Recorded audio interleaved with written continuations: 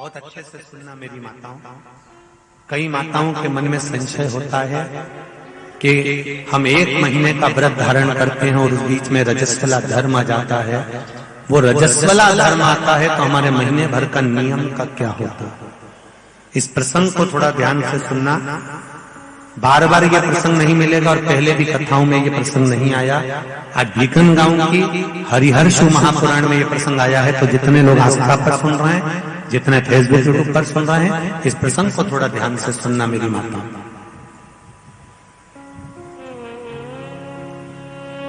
बहू ने अपने ससुर से कहा, पिताजी मैं कार्तिक के महीने के स्नान का नियम तो ले लेती हूँ। मैं कार्तिक के महीने, कोई माता कार्तिक के स्नान का नियम लेती हैं, कोई माघ महीने का स्नान का नियम लेती हैं, कोई चैत्र महीने के स्नान का नियम लेती हैं, कोई फागुन का लेती हैं, कोई बैसाख महीने के स्नान का नियम लेती हैं। कई माताओं की आदत रहती है, कई पुरुषों की आदत रहती है कि मैं 1 महीने तक कार्तिक का स्नान करूंगी।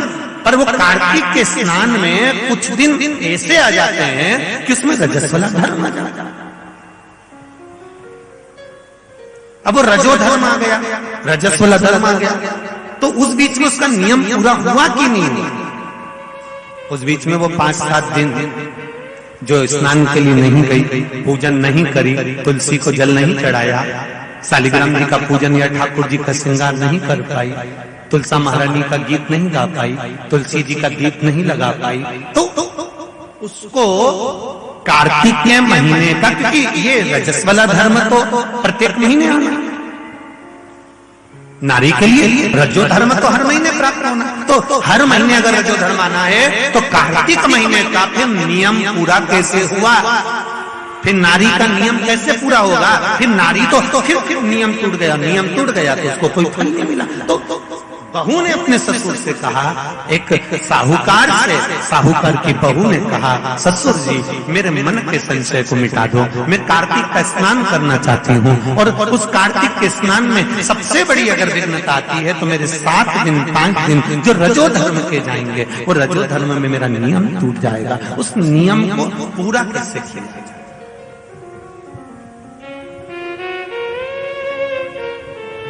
वो नियम पूरा कैसे होगा?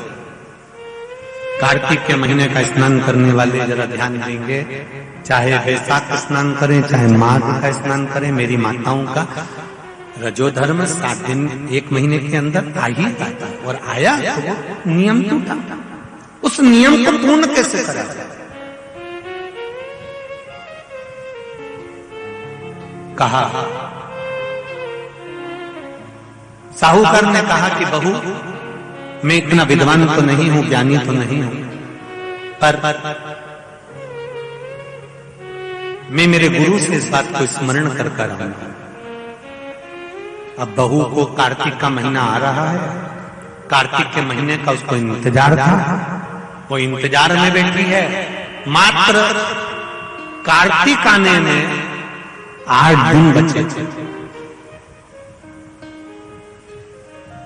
अब देखिएगा जरा, आप में और उस बहू में क्या अंतर है।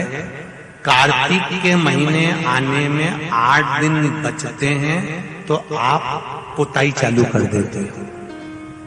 बोलो सही है कि गलत है? कार्तिक आने में, दिवाली आने में जब 8-15 दिन रहते हैं तब तुम पुताई चालू कर देती हो, सफाई चालू कर देती हो, ये काम चालू कर देती हो, वो काम चालू कर देती हो। सारे काम तुम्हारे कार्तिक का महीना आने के समय पर चालू हो जाता है। और बहू सफाई नहीं पूछ रही, साफ सफाई पर ध्यान दे रही है, पर ऐसा नहीं कि साफ सफाई नहीं कर रही, पर उसका ध्यान वही कार्तिक के महीने के स्नान में लगा हुआ है। आज बहू 8 दिन बचे और बहू का भोजन छूट गया, उसका भोजन नहीं, भाई मिला अंदर जाइए। किसी चीज को पाने की जब तमन्ना होती है ना, तो खाना पीना छूट जाता है। ये नागेश्वर मंदिर महिला मंडल से पूछ लेना। बहू की नींद चली गई, उसको भोजन नहीं भागा, नींद गई, भोजन भाया, बड़ी दुखी। साहूकार को कोई मिला चाहे ना मिला, इस बहू की आंख का अश्रु तुलसी के क्यारे के पास गिर गया। तुलसी के क्यारे के पास आंसू गिरा, अश्रु गिरा। महाराज अब बहू की आंख का अश्रु झलका, तुलसा महारानी की कुछ कृपा, देवर्षि नारद ने एक साधु का रूप धारण कर, साधु का रूप धारण करता देवर्षि नारद जिस मार्ग से साहूकार जा रहा था उसी मार्ग पर एक वृक्ष के नीचे जाकर बैठ गए। वृक्ष के नीचे बैठे और बैठते ही साहूकार ने देखा कि बहुत पहुंचे हुए बाबा लग रहे हैं, चंदन का तिलक लगा है, कंधे पर यज्ञोपवीत पड़ा हुआ है, बड़ी बड़ी जटा जूट है, मुख पर कुछ तेज पुंज है, बड़ा प्रकाश दिख रहा है, रुद्राक्ष की गले में माला पड़ी हुई है, हाथ में तुलसी की माला धरी हुई है। और साहूकार ने जाकर हाथ जोड़कर निवेदन करा, बाबा जी, ओ बाबा जी, मेरे मन के संशय को मिटा दीजिए। बाबा जी ने पूछा, क्या बात है बाबा? साहूकार जी बोले, मेरे बहू के मन का संशय है। नारी जब कार्तिक के महीने का स्नान करती है, या माघ महीने का स्नान करती है, या वैशाख महीने का स्नान करती है, या चैत्र महीने का स्नान करती है, नारी जब पूर्ण एक महीने का स्नान करती है तो बीच में जो रजस्वला धर्म आ जाता है, नारी 5 दिन 7 दिन जो काम नहीं कर पाती है, वो रजो धर्म के समय पर, रजस्वला धर्म के समय पर उसका 1 महीने का नियम खंडित हो जाता है। तो वो खंडित हुआ नियम पूर्ण कैसे हो, उसका वर्णन आप मुझे बता दीजिए। वो नियम मुझे बताइए।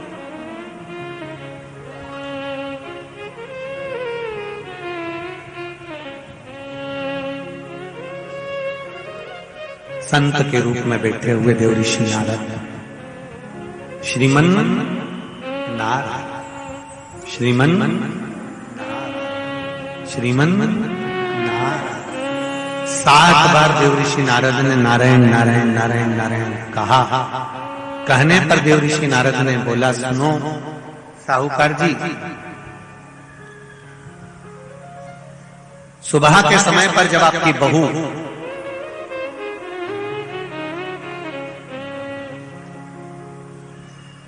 मंदिर की ओर जाए तो उसको इस मार्ग की ओर लेकर आना।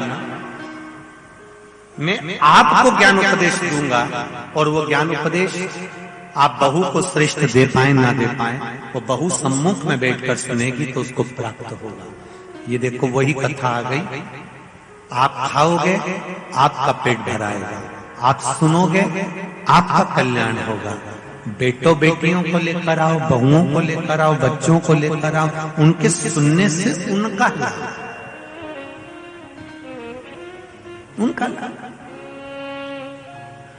साहूकार घर गए, बहू से कहा, बेटा एक संत अपने गांव में आए हुए हैं और वृक्ष के नीचे बैठे हुए हैं, चलो आप चलकर उनसे अपने प्रश्न को कर लो। बहू ने भगवान का नाम लिया, स्मरण करती हुई बहू पहुंची और बहू ने जाकर तुरंत हाथ जोड़कर निवेदन किया, बाबा जी 1 महीने तक नारी कार्तिक का स्नान करती है, 1 महीने तक नारी माघ का स्नान करती है, 1 महीने तक नारी वैशाख का स्नान करती है, 1 महीने तक नारी चैत्र का स्नान करती है, बीच में अधिक मास का स्नान करती है। उस बीच में नारी का जो रजो धर्म आ जाता है, रजस्वला धर्म आ जाता है, उस समय पर नारी का जो करा हुआ व्रत है 1 महीने का, वो खंडित हो जाता है। उस व्रत की पूर्णता कैसे मानी जाए? तो उस समय पर देवर्षि नारद जो संत के वेश में थे, उन्होंने कहा कि बहू एक काम करो, पुत्री कार्तिक महीने के पीछे के जो 5 दिन 7 दिन पचवीगन के होते हैं, अगर नारी का रजस्वला धर्म बीच में आ जाता है तो पीछे के 5-7 दिन में से अगर एक दिन भी नारी ब्रह्म मुहूर्त का स्नान कर कर, सुबह का स्नान कर कर तुलसी में दीप प्रज्वलित कर देती है तो उसके बीच का जो खंडित भाग है वो समाप्त हो जाता है, उसे पूर्ण फल की प्राप्ति। अब फिर सुन लीजिए अच्छे से, अगर मान लो वो पचवीगन में ही नारी का रजो धर्म आ गया तो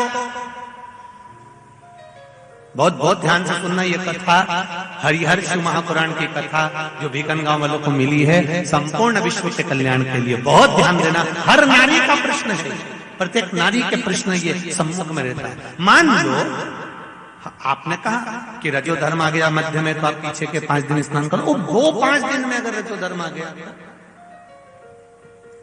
फिर शिव महापुराण की कथा कहती है,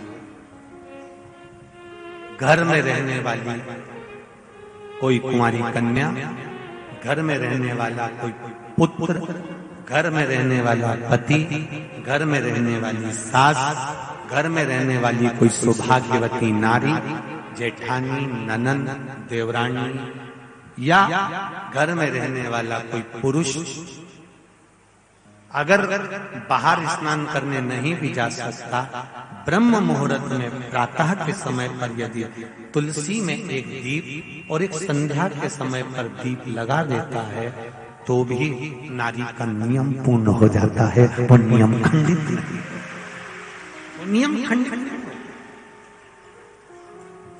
क्या 5